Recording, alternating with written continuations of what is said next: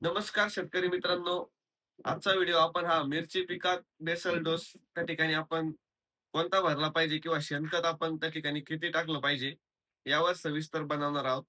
तर मिरची पिकात जे शेतकरी 20 एप्रिल 2026 पासून लागवड करणार आहेत त्या शेतकऱ्यांसाठी खास आपण हा व्हिडिओ बनवतोय.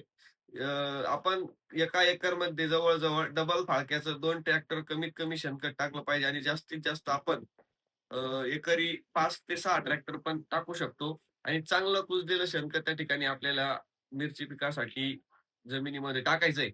त्यानंतर शेणखत टाकल्याच्या नंतर आपण ज्यावेळेस बेड पाडून घेतो, बेडवर आपल्याला त्या ठिकाणी बेसल डोसमध्ये 10-26-26 असेल किंवा ऑप्शनमध्ये 9-24-24 त्यानंतर 18-46 सुपर पावडर, त्यानंतर अन्नद्रव्य किट, तसेच ट्रायकोडर्मा 5 किलो आणि सुडोमोनास त्या ठिकाणी आपल्याला 5 किलो एकरी वापरायचंय.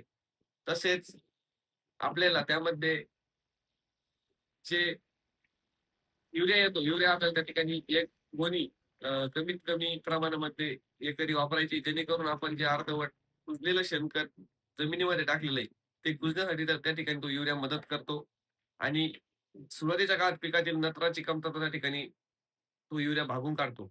तसेच आपल्याला पोटॅश उपलब्ध झाल्यास टाकायचे, नाही टाकले तरी चालेल आणि हे सर्व बेसल डोस एकत्र काढून त्या ठिकाणी नेक्स्ट स्टेप अॅग्रो सर्व्हिसेसचा संपर्क करून मी तुम्हाला त्या ठिकाणी त्याचं प्रमाण सांगेल आणि सर्व व्यवस्थित काढून प्रत्येक बेडवर त्या ठिकाणी आपल्याला व्यवस्थित बेसल डोस टाकून घ्यायचा आहे आणि त्यानंतर आपल्याला नळी पसरून नळी चेक करून नंतर मल्चिंग पसरायचंय.